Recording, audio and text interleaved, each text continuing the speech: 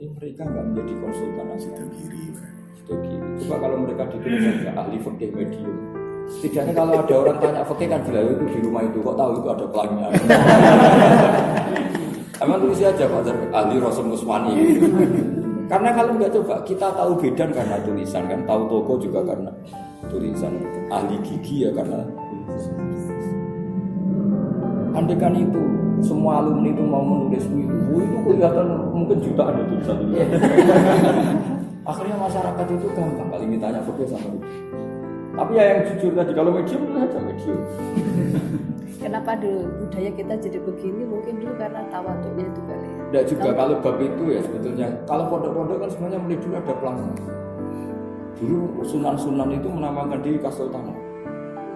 Dulu Wali Songo itu malah kalau menamakan dirinya itu Sultan, padahal tidak Sultan.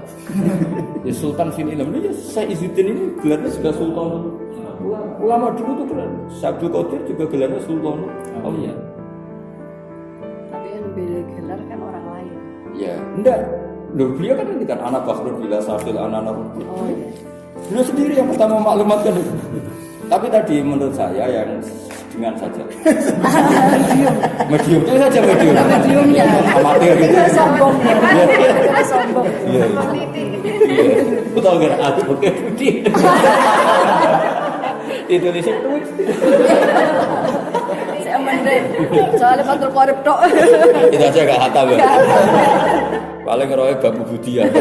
Amalnya mulek-mulek. Mulek-mulek. Mana Cina ya? Cina ya, terus mulek-mulek. Nah ini acak saja tak cari contoh yang lain ya. Oke.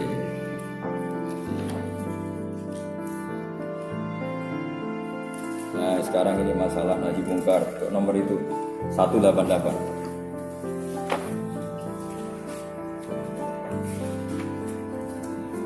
Ya 188. Faslun fil ghairah alal haram atau alal hurum.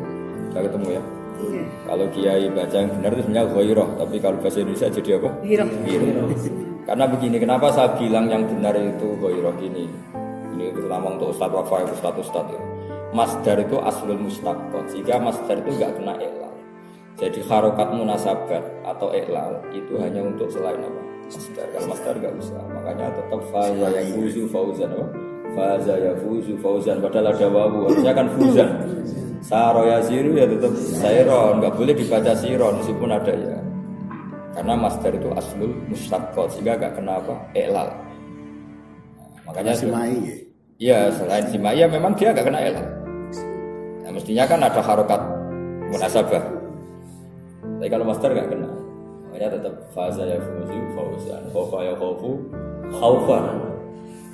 Nah, kalau yang memang fu'lan, yang memang tola ya tulan, bukan karena apa? Ya memang fazanya fu'lan. Nah, makanya goro ya goro ya goiro karena tidak berubah di munasabah jadi giro. Bahasa Arabnya loh ya, kecuali sudah jadi bahasa Indonesia memang jadi giro. Lah goiro itu maknanya perasaan tersinggung ketika ada keharaman. Jadi itu untuk menjaga kehormatan. Tapi bukan karena terus kita anarkis, tidak, itu atau menjaga apa? Kehormatan. Saya baca ya. Laisa alal hurum mengatasi barang-barang yang terhormat. Sebenarnya makna haram itu bukan haram. Kalau orang Jawa itu kan ada konsensus ya, bilang haram itu sesuatu yang enggak boleh. Sebenarnya kalau orang Arab itu kebalikan Mas Arkasi. Orang Arab bilang haram itu sesuatu yang mulia. Makanya bilang haromen itu kan. Masjidil Haram. Orang Jawa bilang haram. Jadi sebetulnya misalnya pidato gini itu benar. Wabil khusus Dr. Zarkasi Al-Muharram itu boleh. Al-Muharram. Aku orang kejadian itu. Kayak hewan tertentu saja. Karena itu di Haramul Makkah, Haramul Madinah. Fakih oriented masyarakatnya, haram lawan kata halal. Ya, jadi kalau bahasa di Quran itu tidak mesti.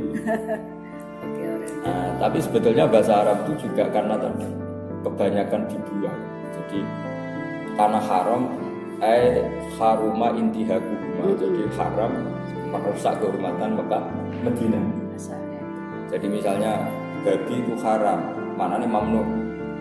Jadi maknanya haram itu kan mamnu, sesuatu yang dilarang. Kalau haram Makkah berarti haram diinjak. ijek haram diinjek-injek ke rumah tangga. Makanya kalau namanya istri itu harim, orang lain tidak boleh tur, tidak boleh nyentuh. Makanya disebut harimur rajul itu jauh-jauh. Paham ya? Jadi itu asli bahasa. Kalau baca Bismillahirrahmanirrahim. Qala Rasulullah sallallahu alaihi wasallam, laisa min ahadin aghyaru min Allah min ajli dzalika haramal fawahish. Allah itu zat yang paling mudah tersinggung. Sehingga saking mudahnya tersinggung ketika ada orang melakukan keharaman itu Allah punya ghirah. Cek mentalane mangan rezekiku, manggon bumiku kok aku dilanggar. Itu namanya apa? Namanya apa? Ghirah. Cemburu. Ya cemburu. Makanya kalau daftar jadi wali itu paling berat itu di situ. Allah itu paling gampang cemburu. Saya itu kalau berdoa, kok untuk pribadi itu jarang mandi. Karena kayak itu salah pangeran, wis dino wong akeh egois kayak gitu. Jadi fikih saya itu memang hidup. Kalau di fikih kan hanya wa yukrahu doa lil imam misalnya biro apa mahdini wa yusanu lahu mahdina kan gitu.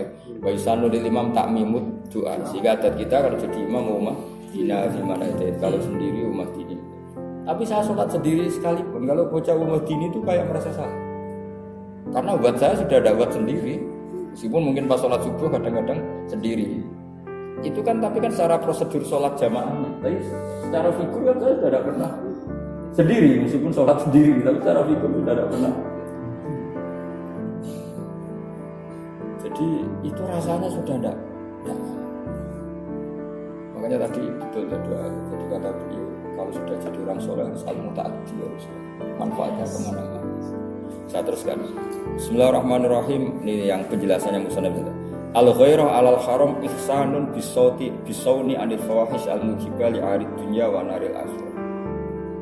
Ya, jadi ketersinggungan atau cemburu supaya haram itu tidak terjadi karena untuk menjaga fawahish al-mujibah li 'arid dunya wa naril akhirah.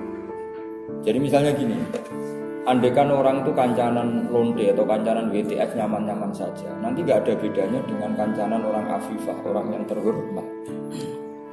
Meskipun kita punya cara untuk tetap baik supaya orang itu semoga tobat. Saya ulang lagi, kita tetap punya manhaj ingin baik supaya orang itu tobat. Tapi jangan lantas kita senyaman kayak kancanan orang afifah. Nanti nggak ada ghirah. Kalau nggak ada ghirah, nanti orang itu merasa nggak apa-apa. Saya pernah ditanya sama ya sudah kiai ya sudah alim tanya gini, Gus, Allah itu maha pemaaf, tapi kenapa misalnya copet, maling, lunte kok tetap jatuh di masyarakat? Bahkan di masyarakat yang orangnya itu nakal semua. Saya bilang Allah sudah dengan tanda kutip ngancam lakum fid dunya khizyun. Jadi orang nakal itu di dunia tetap ada hina. Bila jadi gunjingan, misalnya ada perempuan nakal, satu kampung mengizinkan semua. Terus dengan tanda kutip dapat isolasi sosial. Karena Allah sudah ngendikan lakum fid dunya khizyun. Copet juga gitu, maling juga. Meskipun Allah tetap menghentikan wa ani ila rabbikum aslimin, tetap mereka pun dipanggil untuk kembali. Akhirnya apa? Ya sudah kamu kondisikan apa enggak tetap terjadi. Apapun baiknya kita ingin memperbaiki mereka tetap terjadi ada isolasi sosial. Orang pernah korupsi, lalu orang tantangan juga karena Allah itu cuma baiknya Allah hukuman itu la'allahum yarji'un supaya mau kembali. Itu bedanya Allah dengan kita. Kalau kita karena dendam, karena macam-macam. Jadi Allah itu bagus, tetap la'allahum yarji'un. Tapi tetap harus ada. Misalnya ada suami yang sudah mulai melihat istri orang lain gini-gini atau melihat cewek-cewek lain kok terus sing wedok ora kurang ya aneh. Kok enak, nakal ora hukuman. Wah itu harus dilabrak itu. Enak di luar, susah di dalam. Enak di luar, enak di dalam. Sudah di luar godain cewek-cewek, di rumah masih dimanja sama istri kan keenakan, cara apa? Oh kok enakan. Lah istrinya itu nyari-nyari data, lah ya dapat gitu. Makanya enak di luar, berat video. Itu harus lagu fit dunia. Saya pernah punya kenangan di dalam bab ini. Meskipun ini agak off the record, tapi ini urusan ilmu. Kalau ilmu kan saya tetap ilmu. Pernah ada seorang dokter yang saking ahlinya medis, mungkin saking spesial. Dia itu bangga karena ingin sedang agak-agak kayak yakin akan menemukan obat itu virus HIV. Soal ke seorang ulama alim. Dia dengan bangganya karena mau menemukan itu sudah mau profesor. Kata Kiai itu lucu. Kiai itu dawuh gini. Padahal Kiai itu terkenal baik, terkenal ahli sosial. Kiai itu jauh. Nak pancen kena IT itu krono sek bebas. Kecuali krono tertular ya, yang krono sek bebas. Dokku itu berarti ngelawan hukum. Pengiran kepengen bendok apa, malah hukum ada solusi ini. Kapan ini kira-kira Tuhan ingin menghukum kok kamu cari solusi. Jadi Allah itu enggak bisa. Jadi kamu para ahli medis itu jangan malah tertantang dari virus HIV yang karena frisek loh ya, bukan karena ketularan. Karena kalau tertantang itu artinya akan tertantang melawan semua itu Allah menghukum. Tapi tetap Allah ingin nyala alam yarjim ya, jangan salah paham. Allah itu beda dengan orang-orang ekstremis. Kalau hukum itu ingin supaya orang itu kembali, bukan hukum yang karena kebencian. Itu kan sama seperti gini Mas Zarkasi, saya berkali-kali disuani orang biasa lagi ya kan disuani orang provinsi utangnya wakil. Mesti tak jawab gini, mesti utangnya jenengan itu orang hajat dari syariah. Kalau utang karena anak sakit, mertua sakit, orang tua sakit, pasti Allah yang nyawa. Kan mesti utang yang karena nafsu. Mesti hukumannya delalah nyawa, delalah jatuh, delalah. Utangnya orang Indonesia lucu. Utang itu berdasar konco yang diutang. Jadi misalnya gini, saya ini akrab sama Pak Zarkasi mulai kecil. Terkenal dia orang kaya. Mestinya saya ini orang miskin. Kebutuhan saya utang itu untuk beras dan sembako. Mestinya utangnya kan 1 juta. Tapi berhubung di konco suge, iman di konco suge kebutuhan 1 juta. Akhirnya utangku 100 juta. Ngomongnya gini, Pak Zarkasi, saya ini kasih modal gini-gini. Jadi utang itu 100 juta ini berdasar menyesuaikan yang diutang. Yang diutang memang utang. Nah utang seperti ini aku yakin Allah akan menghukum dalam resonya. Mas Zarkasi teman akrab terus putus. Jadi kalau utang karena hajat dan syariah, apa? Hajat dan anak saya sakit, kelas orang miskin misalnya harus puskesmas utang 1 juta. Itu pasti Allah yang tahu. Atau kalau Mas Zarkasi yang nagih itu pengiran malah nyalano sing utangi. Wong kanca akrab utang kita kadarnya segitu aja kok cerita itu. Mana dirototin Jadi gitu loh. Jadi ya, fikih itu jelas aturan mainnya. Kalau kita utang di hajatin syariah itu malah iso-iso sing disalahno sing utangin anak dhewe. Jadi jelas. Nah, sekarang orang itu utang karena nafsu. Di relasi ning kon sing iso dijak kong kali kong. Akhirnya utang banyak. Kenapa utang banyak? Mumpung duwe kanca dadi direktur. Sehingga kan itu. Jadi utang banyak semuanya nafsu. Bareng wis kolek matur kiai kan gitu. Kiai matur. Aku mesti jawab, ra iso. Lha jenengan dungane bantis, tapi ra kabeh iku. Nah, itu pantasnya untuk hukuman. Ya ngomong fair saja daripada repot. Daripada salah doa. Iya. Pada-pada udah tunggu mandi ora kagok kon. Ternyata betul dia cerita. Jadi dia itu tidak pengusaha karena punya teman pengusaha terus bergaya. Enggak, karena tadi itu punya ngutangi sampai ya. Itu orang investasi di sana. Namanya enggak ahli kan hanya berdasar tomak tadi loh Mas. Nah bayangkan kalau se-Indonesia rata-rata ingin jadi pegawai di kementerian tertentu karena berdasar relasi ini jadi apa? Konstitusi. Di keuangan sama. Repot. Makanya agama itu aturannya jelas. Kata Rasulullah orang yang utang dan niat nyaur maka Allah yang akan nyaur kan kodowo kan. Tapi utang kita kan seringnya ada berdasar yang diutang gitu kan. Dan misalnya saya punya teman gubernur, kebetulan teman saya mulai kecil. Kan lucu misalnya, utang 1 juta hanya karena saya gak punya mesti disalahkan uang agama. Lu utang gubernur mau 1 juta. Padahal itu yang dibenarkan syariat atau itu yang dibenarkan. Tapi dia disalahkan uang agama. Mumpung. Haji mumpung. Lain seperti ini tuh Allah enggak. Makanya siapa yang utang harta orang lain, aroda itlafa yang ingin menilap maka atlafa hukum akan dirusak oleh itu orang bangkrut di Indonesia. Itu rata-rata lagu fitunya khusus karena tadi sebenarnya enggak mainan. Coba ada kontraktor kelas ecek-ecek kabupaten. Gara-gara punya teman di pusat terus nangani proyek nasional. Itu berdasar kroni berdasar kemampuan. Kroni kan karena dia punya teman di pusat. Padahal kontraktornya di kelas kabupaten. Wah mesti vision, entah layak, entah hadis, pokoknya lalas. Nah, ya Allah itu punya adab lahum fid dunya. Jadi satu kesalahan itu pasti ono inane. Wis mbok piye bentuke kayak tadi, suami semain di luar, lalah bojo yo keren, lalah yo ono kancane sing ngonangi ono sing laku. Karena Allah ndak ingin enak di luar, enak.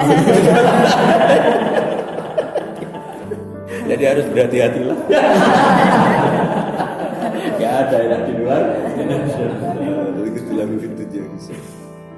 Makanya saya heran dari Allah itu satu. Allah itu zat yang paling bisa memanage. Allah itu mengharamkan orang ngerasani. Ngerasani orang itu haram, pujikan orang. Tapi kalau Allah menghendaki orang ini jatuh, lalu satu kampung itu ngerasani semua. Dan lucunya lagi, semoga mereka ada dosa karena kayak spontan, kayak jadi masif. Itu Allah. Jadi kalau kita ngerasani berjamaah. Iya, terus delala orang itu kayak gak sadar.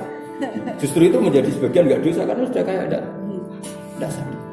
Misalnya ada orang, betul. Misalnya ada orang punya istri cantik terus dibawa lari orang. Itu kalau nggak ada orang ngerasani, tidak ada hukum jerah. Coba negara tidak mau hukum itu kan karena dianggap hak asasi misalnya. Suaminya misalnya orangnya apian nggak mau lapor ke polisi. Nah satu-satunya cara penghakiman adalah satu kampung itu membenci. Sosial. Nah itu satu baca kalimat tadi supaya kita ada haki tapi sudah jadi apa? Orang. Saya kalau baca lagu fikihnya itu nangis saya ya Allah matur nuwun tidak semua hukum negara itu cukup untuk mengadili kasus-kasus sosial. Yang saya cukup hukum sosial ternyata Allah sudah bikin hukuman lagu fikihnya. Coba kalau ada pengurus masjid sering nilai masjid, anak-anak mesti konangan pas sampai dibangun di era akhirnya bendarannya ketahuan dipakai itu rata-rata kebongkar. Sebenarnya Allah itu nggak ingin, tapi karena tadi ini kalau nggak kebongkar, kan kasihan yang nyumbang kan, yang nyumbang ingin nang masjidnya jadi, ternyata nggak jadinya karena kesalahan tadi personal. Itu kalau nanti iftidah, konangan orang tua, ya ayatnya tadi lahum fid dunya. Ya panitia juga nggak ingin bongkar, cuma wayah dibangun. Sekarang ada uang berapa? Ternyata bendarannya rawani. Nah, ternyata akhirnya konangan memang ternyata kepak. Saya bayangkan kalau tidak ada lahum fid dunya khususnya maksiat malam. Coba negara tidak cukup untuk nonton. Tapi kalau sanksi sosial, saya ada mubalek saja, narik berlebihan. Pasti saya tahu ya dia diri masyarakat. Karena masyarakat meskipun tidak tahu ikhlas itu apa, tetap inginnya kiai itu ya yang ikhlas. Jadi kalau sudah mulai narik yang nggak wajar, kecuali kalau wajar ya, mungkin orang maklumi karena itu mau teknik apa? Teknik. Misalnya, ya kalau teknik itu kan ya normal lah. Ya, kalau kiai kampung kan jarang punya mobil, biasanya bilang ke panitia, aku gak ada mobil, nama jadi ngatur ya aku ya, orang sing jemput itu kan murni apa? Teknik. Daripada beliau malu cari-cari mobil pinjam kan mendingan dibebankan ke panitia karena ingin undang. Itu kan normal kan seperti itu. Kayak diputus dulu banyak lagi sepo yang kakak mobil. Kalau dulu kan banyak sekali, kalau sekarang jarang. Biasanya kan kiainya mau pesen gitu, udah tapi aku jemput aja. Karena hanya apa? Teknik. Tapi kalau sudah nggak wajar, itu iya ada rumusnya. Tapi tetap lama-lama kali itu sendiri lagi itu apa saja. Ya saya heran sama Allah itu gitu. Jadi Allah itu bisa mengelola apa saja. Oh gini, moga-moga. Mungkin sekali setiap langsung ngobrol soal ini. Jadi gitu Mas Zarkasi Bu ya. Jadi saya senang kitab ini karena kitab ini dari peristiwa khusus, misalnya perilaku seorang nabi, langsung jadi takmir. Nah dengan cara seperti ini kita bukan hakiyat tapi qori'an mu'tabiron ya. Jadi qori'an mu'tabiron. Itu saja kepentingan saya Allah memasifkan kitab. Jadi enak itu. Jadi kayak tadi kalau dibabkan bab amal sing qasir sama ta'ati, doa sing qasir sama. Ternyata orang-orang soleh dulu mau hanya untuk dirinya, wa min dzurriyyatina ummatan muslimatan. Nah kata dzurriyyah itu kata pengganti keberlangsungan. Jadi bukan dzurriyyah saja tapi ya keberlangsungan umat ini. Harus tambah baru. Hadis nama kaidah ini al-mutaadiyah untuk membahas. Oh kaidah. Jadi ya kan sama, semangatnya sama seperti itu. Di asbah itu ada al-mutaadiyah, al-ibadah al-mutaadiyah khairun dari ibadah al-qasir. Ada yang langsung al-mutaaddi khairun minal qasir. Saya unek bawa naik barang tangga. Oh lah kadung ngomong roh. Umune wis nak mulai bareng kan.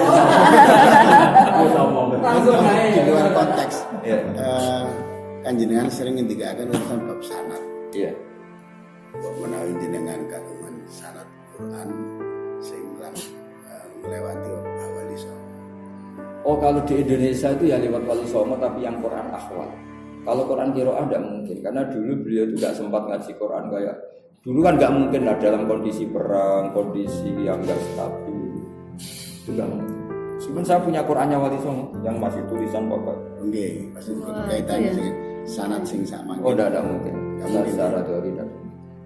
Karena tadi saya nggak bayangkan kalau beliau itu sempat baca Quran awalnya ketahui pada saat Kata laki kan jangan sering ngendikaken. iya ya, tapi mesti enggak kalau yang Songo setahu saya enggak ada sanadnya Mbak Arwani saya lihat ya enggak ada sanad Ini bapak saya. akan langsung terus atau ini Arab atau enggak. Iya, karena enggak mungkin kondisi Karena saat itu. kondisinya. Tadi mereka punya kepedulian Quran tapi secara akhwal, seorang lagi secara karena enggak mungkin. Abdul bin Mas'ud yang pada akhirnya sampai Rasulullah aja mulafak. Beliau kenangannya Sab'ina surat padahal Quran yang 114 karena enggak mungkin. Teorinya gampang saja. Ashabu Rasulillah beliau di Medina tentu tidak tahu surat Maki, yang Maki agak tahu. Jadi sebetulnya sanad di Quran itu mulafak semua. Mulafak itu tambal-tambalan. Makanya Asim dari Abdurrahman Abdullah Habib Abdurrahman As-Sulami itu langsung nyebut Ali, Utsman, Zaid bin Sabit karena satu orang tidak cukup. Jadi satu orang tidak cukup. Atau satu orang misalnya Al-Jami' li Kitabillah, kamunya yang nggak cukup, dia yang ngajar kamu pas 3 juz lainnya sama dia lain. Jadi saat itu perang dan ribet lah kondisinya. Jalanan lah kan. Ya berduaan arahnya kan. Jadi ini Gumajar kasih saya sering bilang sanad itu gak apa-apa mulafak. Karena kalau gak mulafak gak. Kalau saja misalnya Mbah Mun sekalipun misalnya sampai ngaji Ihya, kadang 2 tahun jauh milih dia wafat diteruskan anaknya. Mungkin santri ini dapatnya ya 2 kiai 3 kiai. Saya beberapa kali pas bapak wafat masih punya santri. Itu banyak 115 sama bapak, terusannya khatamnya sama saya. Santri-santrinya bapak. Ya bayangkan zaman Rasulullah. Bagaimana mungkin satu sahabat khatam kepada Nabi sementara melayani Nabi musanatan misalnya ya. Atau aslama terus Nabi wafat. Saja Salman Al-Farisi, Abu Hurairah, anak selama tahun sekian Hijriah. Kan nggak mungkin ilmunya sesempurna Abu Bakar ya. Aslama awalan nubuah. Jadi kalau sanad ke satu orang kayak secara teori itu ya, secara teori itu nggak mungkin. Namanya mulafak-mulafak gabung-gabung tidak betul. Tapi tetap akhirnya sempurna karena itu memang dikumpulkan oleh Zaid bin Sabit itu dikumpulkan. Makanya jamul Quran sudah benar yang jamu itu Abu Bakar karena Abu Bakar itu satu-satunya sahabat yang sempurna. Dia aslama awalan nubuwah. Nah sebetulnya termasuk itu Sayyidina Ali tapi terlalu kecil. Nah, sehingga jamul Quran itu sudah benar riwayat Bukhari jamul Quran itu sebenarnya bukan Utsman tapi Abu Bakar. Karena dia paling potensi menang awalan nubuwah. Dan tidak pernah hilang. Makanya kata Rasulullah, saya tidak pernah mendawai seseorang kecuali ada nakbah illa Abu Bakar gitu. Kan tidak pernah mengalami problem Nabi. Kami ini Nabi pertama cerita kalau beliau Nabi langsung amanah bihi wa sadaqahu itu hanya Abu Bakar. Sebenarnya termasuk itu Ali tapi itu kecil. Termasuk itu lagi dia Khadijah. Bahkan dia iman ke bulan buah. Umur Khadijah umur 40, Nabi 25 itu dia mau nikah karena sudah ngerti ini calon Nabi. Kayak kan ini calon orang prospek. Kalau enggak di prospek. Tahu. Terus banget kok tahu. Nah, jadi semua tarikh sepakat sampai Khadijah kirim Maisarah karena ini calon Nabi. Artinya kalau fair-fairan, awaluman amanah mutlakon sebenarnya Khadijah. Cuma terus ada hukum adab, maksudnya awaluman amanah minar rijal Abu Bakar wa minan nisa Khadijah wa minas sibyan Ali itu kan kompromi supaya orang itu merasa awal semua. Bisa bikin awal. Nah, sebetulnya kalau awaluman amanah mutlakon itu menangnya harusnya Khadijah. Logikanya gampang. Pertama yang diciptain Nabi ketemu Jibril itu Khadijah bukan Abu Bakar. Jenenge bojo. Logikanya mutlakon ya. Tapi ulama dulu punya adab seperti minar rijal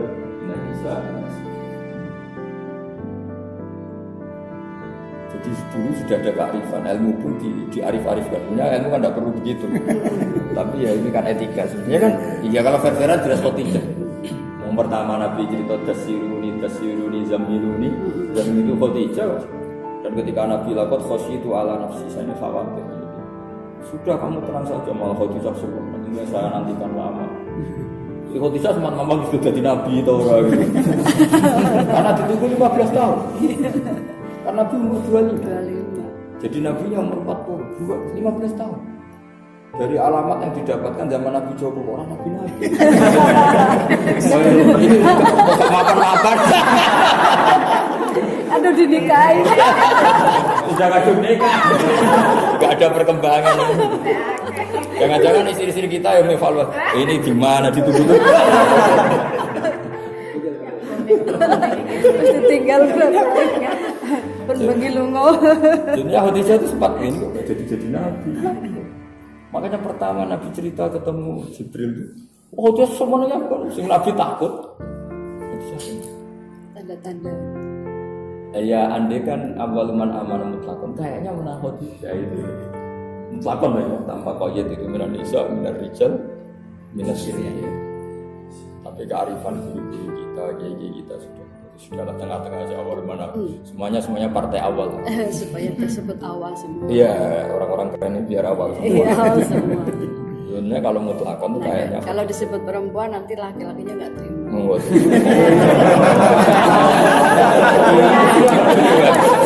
Sukanya gitu saja, sukanya gitu.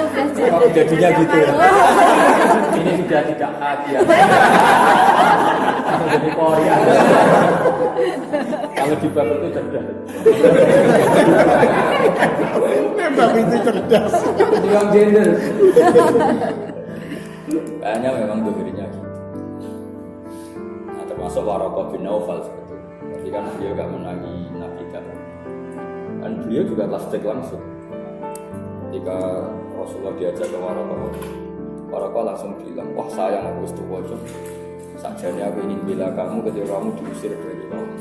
Langsung ya dia kan amanah. Gimana Sampun? Oh mau langsung lewat sini?